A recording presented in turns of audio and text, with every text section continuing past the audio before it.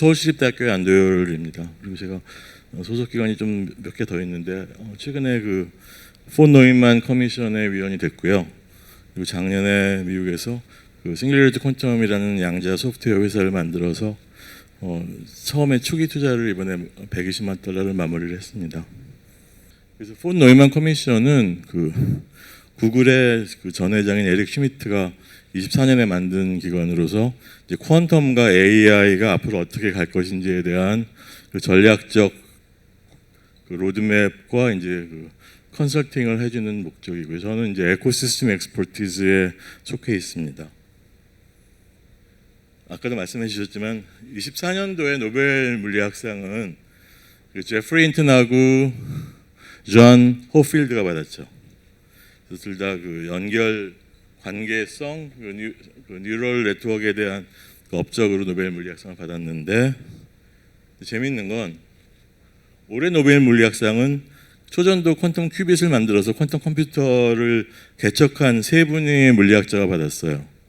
그래서 존 클락하고 미셸 드보레, 그 다음에 그 존 마티네스. 존 마티네스는 사실은 그 구글의 양자 컴퓨터를 만든 사람이에요. 시카모어라는 양자 컴퓨터를 만들어서 2019년에 네이처 논문에서 53큐빗짜리 양자 컴퓨터가 HPC로는 2만 년 걸릴 계산을 200초에 했다는 논문을 발표했습니다. 그래서 그러한 업적을 로 인정을 받아서 이제 이게 의미하는 바는 아마 AI도 굉장히 업앤다운이 있었고 양자도 업앤다운이 있었는데 이제 AI가 앞으로 나가면서 양자 컴퓨팅도 AI와 뭔가 불가분의 관계를 갖지 않을까 하는 거에 대한 어떤 미래 예측을 해줄 수 있는 하나의 계기가 되지 않을까 생각을 하고 있습니다. 그리고 이제 그 얼마 전에 미국 백악관에서 이제 그 여러 가지 양명도 많은 사람이긴 하지만 트럼프가 사인한 그 미국의 전략 로드맵에 의하면 아티피셜 인텔리전스와 퀀텀 사이언스는 이제 굉장히 강조해야 되는 주제다라는 이제 백악관 그 리포트가 있었습니다. 그다음에 뭐니 해도 머니죠. 그래서 그 최근에 미국에서 양자 컴퓨팅 그 ETF가 나왔는데 ETF의 수익률이 보통의 이제 지수 펀드보다 한 4배 이상 높아요. 그래서 이거 이제 주식이라고 하는 건 어떤 미래에 대한 하는 기대값을 반영한다고 봤을 때 이제 양자 기술도 이제 AI와 더불어서 굉장히 중요성이 앞으로 점점 부각되지 않을까 하는 거에 한 지표라고 해서 제가 한번 자료를 넣어봤습니다. 그럼 사실은 이제 대부분의 분들이 이제 잘 알고 계시겠지만 고전적인 비트와 퀀텀 빛이 뭐가 다르냐? 우리가 지금 쓰고 있는 IT는 기본적으로 스위치예요. 0하고 1하고, 그죠? 0하고 1은 아무리 더해도 0, 1밖에 안 나오죠. 그죠? 근데 퀀텀 스테이트는 그 넘버 필드를 쓰는 게 아니라 그 힐버트 스페이스라고 하는 벡터 스페이스의 벡터를 하나의 기본적인 엘리멘트로 쓰는데 그거는 이제 1벡터와 0벡터를 더하면 그 중간에 어정쩡한 상태들이 존재할 수가 있어요. 굳이 비유적으로 얘기한다면 우리가 보고 있는 이 공기는 아무 색깔이 없죠. 그죠? 근데 비가 온 다음에 갰을 때 하늘을 보면 뭐가 보이죠? 무지개. 무지개는 빨주노초 파남보가 갈라져서 보이잖아요. 그 말은 뭐냐면 이 보통 우리가 보고 있는 태양광은 빨주노초 파남보의 성분이 다 같이 섞어 있는 거예요. 마찬가지로 양자 퀀텀 빛이라고 하는 것도 무지개처럼 0이라고 하는 색깔하고 1이라는 색깔이 같이 섞여 있다고 생각하시면 돼요. 그리고 하나의 연산을 할 때마다 0과 1의 조합을 한 번에 계산할 수 있습니다. 그러니까 하나의 큐빗이 있으면 두 개의 연산을 한 번에 할 수가 있어요. 그건 만약에 두 개의 큐빗이 있으면 어떻게 되겠어요? 네 개의 연산을 한 번에 할 수가 있겠죠.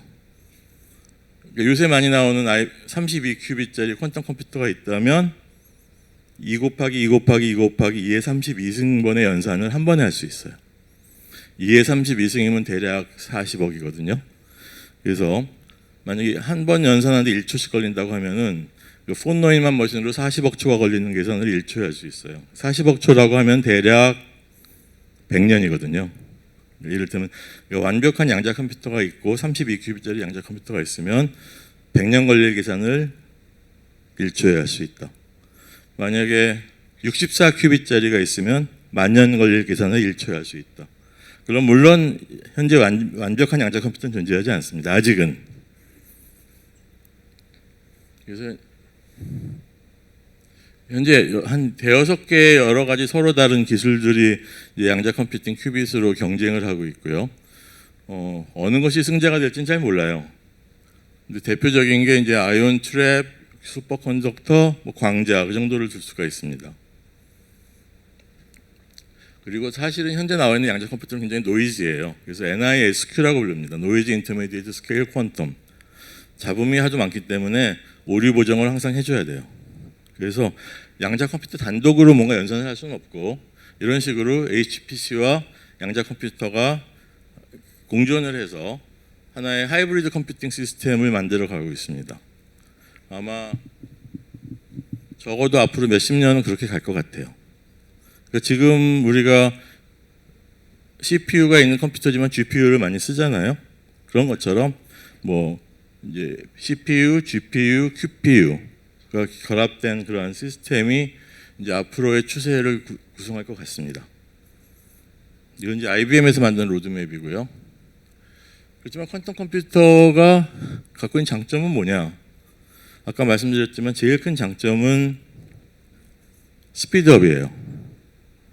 그러니까 물론 이제 완벽한 양자 컴퓨터 존재하지 않지만 현재 나와 있는 양자 컴퓨터도 몇 개 분야에서는 빠르다는 걸 보여준 적이 있어요. 그래서 뭐 몇십 배에서 몇만 배, 몇십억 배 빠릅니다.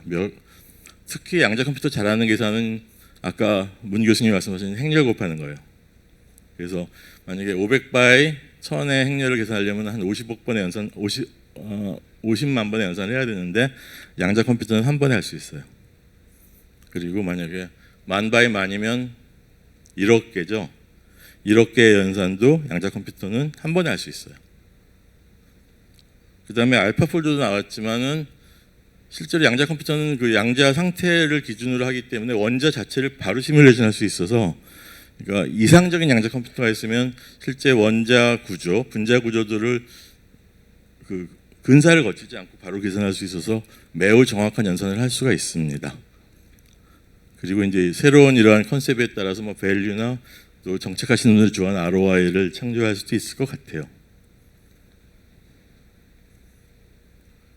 그럼 현재 그 추세는 어떻게 되느냐? 그래서 굉장히 유명하신 분이죠. 그 엔비디아에서 뭘 하나를 봤더니 엔비디아는 쿠다 Q라는 거를 지금 하고 있어요. 엔비디아가 유명해진 건 사실 쿠다라는 프로그램으로 유명해졌잖아요. GPU 프로그램으로. 근데 엔비디아는 거기다가 이제 양자 컴퓨팅을 추가해서 큐다 Q라는 걸 시작을 하고 있고 특히 이제 일본의 ABCI라고 그 AIST가 이게 아마 미국 정부 연구소인데 거기서 그 2,000개의 GPU를 넣어서 그 양자 컴퓨터와 QPU를 섞을 수 있는 그러한 것들을 개발하고 있고 엔비디아 자체도 퀀텀 리서치 센터를 세웠습니다. 그래서 앞으로의 이제 자기네가 생각한 추세는 그 이러한 클래시컬 HPC와 GPU와 QPU가 결합된 형태의 아마 하이브리드 컴퓨팅 시스템이 될 거라고 생각을 하고 있고 여러 개 회사를 샀죠. 투자를 했죠. 컨티니엄, 퀀텀 머신, QLR 등에 대해서 투자를 했습니다. 그래서 이제 제가 생각하는 이제 양자 컴퓨팅이 AI를 어떻게 만날 건가? 위에 있는 플로우 차트는 그냥 LLM의 파이프라인이에요. 그래서 데이터가 들어가고 기계 학습을 하고 이제 출력을 하는 거죠. 근데 이제 트레이닝하는 과정은 대부분 행렬을 곱하는 거랑 리그레션 하는 과정이잖아요. 그래서 양자 컴퓨터가 해줄 수 있는 거는 이렇게 그 행렬 곱하는 것들을 그 디퍼런셜 퀀텀 서큐트를 이용해서 그러니까 패러메트라이즈 퀀텀 서큐트에서 한 번에 할 수 있는 거예요. 아마 이런 것들이 아마 AI를 양자 컴퓨터가 도와줄 수 있는 게 되지 않을까 생각을 하고 있습니다. 그래서 이제 좀 더 자세히 보면은 유니터리 매핑을 이렇게 그 파라미터를 갖는 양자 회로들로 구성을 해서 양자 회로 자체가 이제 하나의 그 행렬 곱하는 것들을 앞에서 인풋을 넣어주면 한 번에 다 해버리고 아웃풋이 나오는 그런 형태가 될 겁니다. 지금 양자 컴퓨터를 할 수 있냐? 지금은 토이 모델밖에 못해요. 한 100 by 100 곱하는 거 정도. 그렇지만 아마 기술의 발전이 기하급수로 늘어난다고 치면 앞으로 몇 년 뒤, 한 10년 뒤, 5년 뒤 또 모르죠. 굉장히 많은 계산을 할 수 있는 양자 컴퓨터 나올 거라고 생각을 하고 있습니다. 거기 앞장서 있는 데 중에 하나가 구글이에요.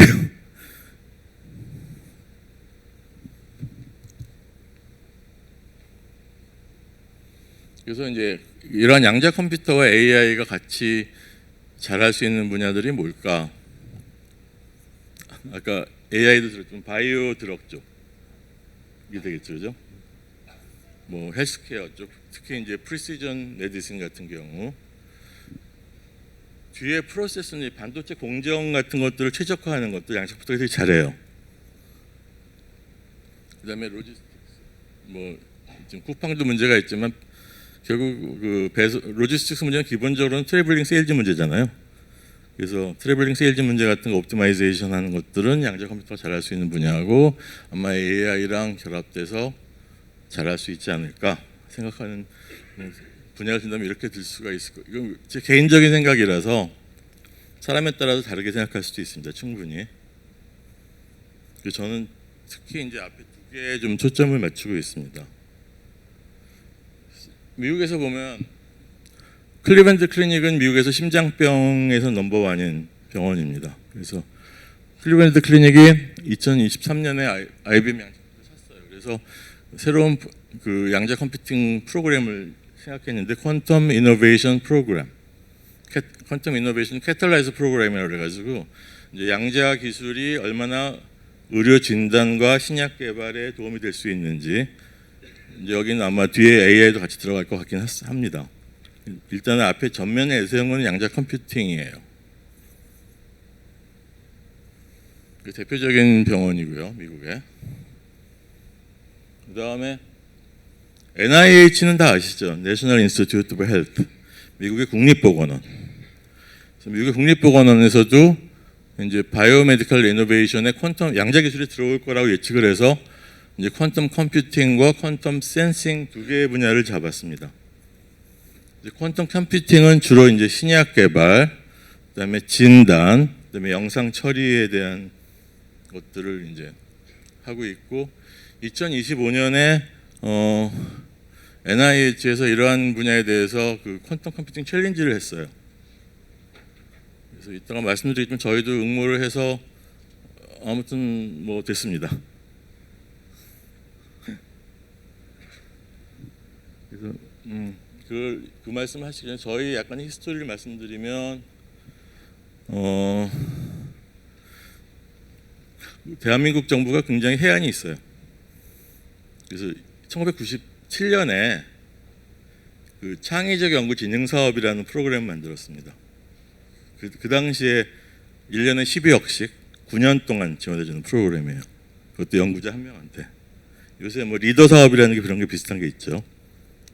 그래서 뭔가 새로운 아이디어를 내봐라 해서 제가 겁도 없이 98년에 양자 컴퓨팅을 주제로 던졌습니다.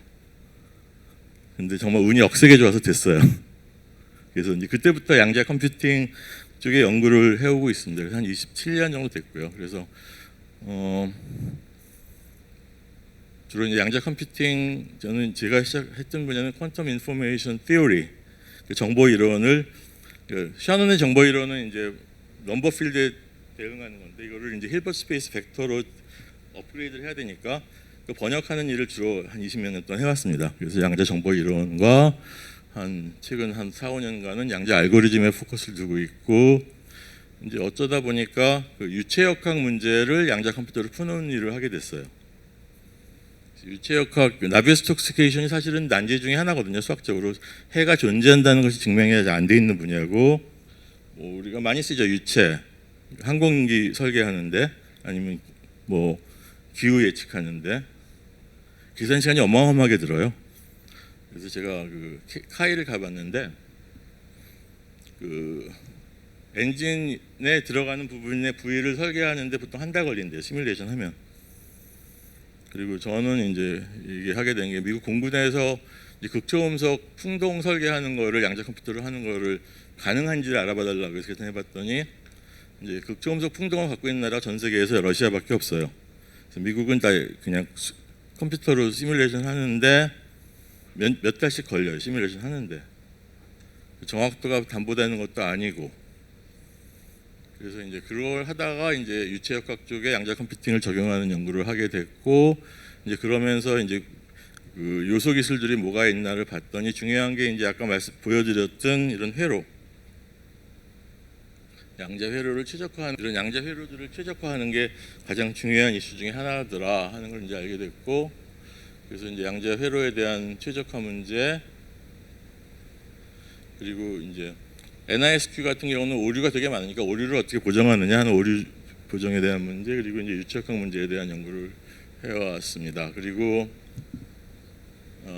이제 우리가 정보 과제를 하다 보면 논문도 내야지만 특허도 내야 돼요. 그래서 20몇 년 동안 양자 컴퓨터 특허 쓰다 보니까 개수가 많아져서 EU에서 그 한 분 모았는데 저희가 전 세계에서 25등을 했어요. 특허 개수로 그냥 뭐 특허의 질은 따지지 말고. 그래서 이제 시립대에서 이 특허를 갖고 있어서 저희가 이제 회사를 만들 때 그걸 이제 인계해 주는 것들을 이제 편의를 봐주고 있습니다. 그래서 어떤 생태계가 되어 있다. 그래서 저희들이 이제 그 최근에 쓴 일련의 논문들은 주로 이제 그 아까 말씀드린 그 매개 변수화된 양자 회로를 어떻게 최적화하는지, 그다음에 각각의 큐빗이 만드는 오류를 어떻게 보정해서 알고리즘을 어떻게 보정하는지, 그리고 이게 부활라 제일 중요한 게 이제 실제로 양자 컴퓨팅 알고리즘을 유체역학 문제 적용할 수가 있더라. 작년에 이 논문을 발표했습니다. 저희들은 이제 여러 가지를 하다가 잘 안 맞죠. 프로그래머들을 보는데 양자 컴퓨터 돌아간다 하는 거 보여주는 예, 의미가 있습니다. 그래서 이런 회로를 이제 그 변분법을 써서 평면방정식을 푸는 거예요. 그래서 나비에스톡스케이션을 푸는 건데 일단은 풀린다. 아직은 정확도를 얘기할 상태는 아니다. 그러니까 지금 우리가 양자 컴퓨터로 얘기할 수 있는 거는 나비에스톡스케이션을 풀 수 있다 정도. 아직 빠르진 않아요. 그리고 큐빗 수도 많지도 않아요. 토이 모델이에요. 그렇지만 이제 희망하기는 몇백 큐빗짜리도 앞으로 할 수가 있기를 바라는 거죠. 그래서 저희들은 이제 이거를 사실 유체 중에서 우리 몸에도 유체 시스템이 있잖아요. 심장에서 대동맥으로 거쳐서 가는 혈류 시스템이 대표적인 2차원 유체거든요. 그래서 거기에 적용 한번 해보자 하는 생각을 했습니다. 그 이유는 심장병 환자가 되게 많아요.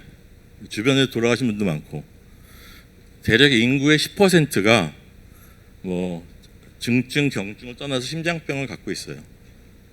그리고 아마 우리 나이쯤 되면은 동맥에 뭐가 많이 껴가지고 혈류 유동도 흐름도 잘 안 좋아요.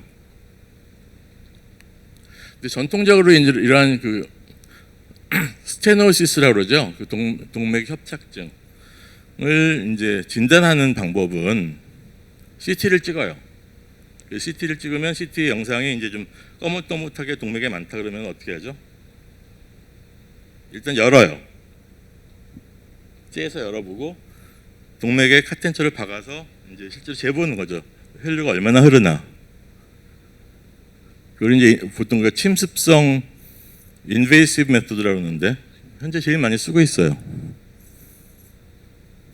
그리고 보통 이제 위미하면 약물 치료가 되죠. 그럼 괜히 찐 거죠. 그런데 일단 찔 정도가 되면은 보통은 스텐트를 받거나 아니면 더 심하면 이제 바이패스 서저리를 하거나 뭐 그러는 일이 생기죠. 그죠? 그래서 일단 그 아이디어가 나온 건 이걸 째보지 않고 CT를 찍은 거를 가지고 CT 이미지를 가지고 CT 이미지를 기반으로 해서 이제 유체역학 시뮬레이션 해보면 어떨까 그러면 실제로 안 째보고 우리가 진단을 할 수 있는 참고자료를 쓸 수 있으니까.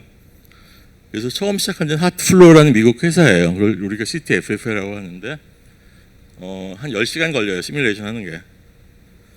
근데 이게 올해 나스닥에 상장해서 지금 시중이 10빌리언이에요.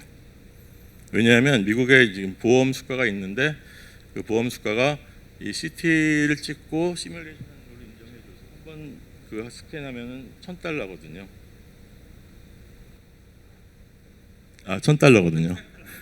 수술은 $10,000가 드니까 10분의 1이니까 의사들이 선호해요. 그다음에 그 후유증도 없고. 물론 AI도 있죠. 근데 AI는 뭐가 문제냐면 AI가 주는 결국 데이터 퀄리티가 필요하잖아요. 그러니까 일반적인 데이터가 아니라 그 환자의 고유한 데이터를 많이 갖고 있어야 되는데 그 심장병은 아직 데이터들이 많지가 않아서 AI가 아직은 정확도가 떨어지기 때문에 의사들이 그렇게 선호하지는 않아요. 그래서 이제 하트플로우의 문제는 이게 그 FEM 기반의 유체역학 해석이 오래 걸린다. 그래서 이제 우리는 그거를 양자 컴퓨터 쓰면은 훨씬 빨리 할 거다. 라는 아이디어를 가지고 이제 이런 아이디어를 가지고 이제 그 NIH에서 퀀텀 컴퓨팅 챌린지를 해서 이제 우리가 유체역학 문제를 풀 수 있다는 걸 보여줬어 하고 논문도 있고 그래서 이제 이걸 잘 써서 냈는데 제가 됐어요. 그래서 그러니까 물론 1단계가 된 겁니다. 여기 10개 팀이 있는데 저희가 이제 빨간색 줄이 저희 팀이고요. 그래서 저희들이 낸 제목은 Quantum Algorithms for Clinical Risk Predictions and Diagnosis for Cardiovascular Disease. 사실 저는 의학을 전공한 사람도 아니고 생물학을 전공한 사람도 아닌데 이제 지금 이쪽으로 일을 하고 있습니다. 그리고 이제 2단계가 3월 달인데 이 중에서 절반이 살아남아요. 2대 1인데 이제 열심히 하고 있습니다. 잘 되기를 바라고 있지만 결과는 두고 봐야죠. 시간이 빠르네요. 그래서 이건 기사가 나온 거고 저희가 강남 성모병원 팀이랑 같이 하고 있습니다. 순환기내과랑 영상의학과. 그리고 이어서 메릴랜드 대학에서도 저희들이 펀딩을 받았어요. 같은 주제로. 그래서 $150,000를 받았습니다. 그래서 지금 하고 있는 거는 이제 그 마찬가지로 심혈관 쪽에 대한 거. 그리고 클리브랜드 클리닉에서 올해 또 이 퀀텀 이노베이션 캐탈라이즈 프로그램을 해서 저희들이 지원을 했는데 1차는 통과했어요. 아직 2차는 좀 기다리고 있는 중이고요. 저희들이 이제 하려고 하는 거는 조금 다른 걸 하고 있습니다. 클리브랜드 클리닉은 뭐냐면 미세 종양에 얼마나 효율적으로 약물이 전달될 수 있는지, 그래서 그 튜머 마이크로 서큘레이션 플러스 드럭 딜리버리 문제를 이제 양자 컴퓨터로 푸는 문제를 하고 있고, 특히 이게 췌장암 같은 경우에는 그 단백질성 세포 기질 때문에 약물이 안 들어가요. 예, 그래서 그거를 이제 어떻게 할 수 있는지를 양자 컴퓨터를 우리가 하기를 바라고 있습니다. 아마 제 생각에 솔루션은 기질에 있을 것 같아요. 단백질 구조를 많이 하고 있지만 실제로 몸의 배리를 통과하는 것은 지방산이거든요. 그래서 기질을 어떻게 붙이느냐가 아마 관건이 될 것 같습니다. 네, 이상입니다. 감사합니다. 네, 먼저 첫 번째 질문 소개드리겠습니다. 화면으로도 소개드리겠고요. 자, 제가 읽어드리겠습니다. 자, 양자 컴퓨팅이 궁극적으로 블록체인을 넘어설 수 있을지와 양자 컴퓨팅의 한계 혹은 당면 과제가 무엇인지 궁금합니다. 라는 질문입니다. 이거 되게 어려운 질문인데요. 사실 블록체인은 그 쇼 알고리즘을 풀 수 있는 문제라고 생각은 하는데 지금 현재 나와 있는 양자 컴퓨터로는 안 될 것 같고, 한 100만 큐빗 정도 되는 양자 컴퓨터가 나오면 이제 쇼 알고리즘을 풀 수 있을 텐데, 쇼 알고리즘을 써서 이제 그 풀면 블록체인은 풀 수는 있을 텐데 내일은 못 풀어요. 한 20년 뒤에는 풀 수 있을지도 모릅니다. 이제 그때 되면 이제 다른 암호가 나오겠죠. 그러니까 양자 컴퓨터는 대수 기반의 암호는 다 풀 수 있어요, 원리상. 그러니까 사이먼 알고리즘이랑 쇼 알고리즘 두 개를 쓰면은 모든 문제를 다 풀 수 있어요. 대학생이나 취업 준비생 입장에서 2026년 양자 상용화 시대를 대비해 지금 당장 갖춰야 할 가장 시급한 핵심 역량이 있다면 무엇이라고 생각하시나요? 양자 기술을 이해하기 위해서 사실은 진입 장벽이 너무 높은데 뭐 적어도 학부 수준의 양자 역학 정도는 잘 알고 있으면 좋을 것 같습니다. 그 다음에 대학원 수준의 선형대수 정도 두 가지 정도를 잘 알고 있으면은 아마 웬만한 그 시작은 할 수 있을 것 같아요. 네, 답변 고맙습니다. 여러분 박수로 마무리하겠습니다. 고맙습니다.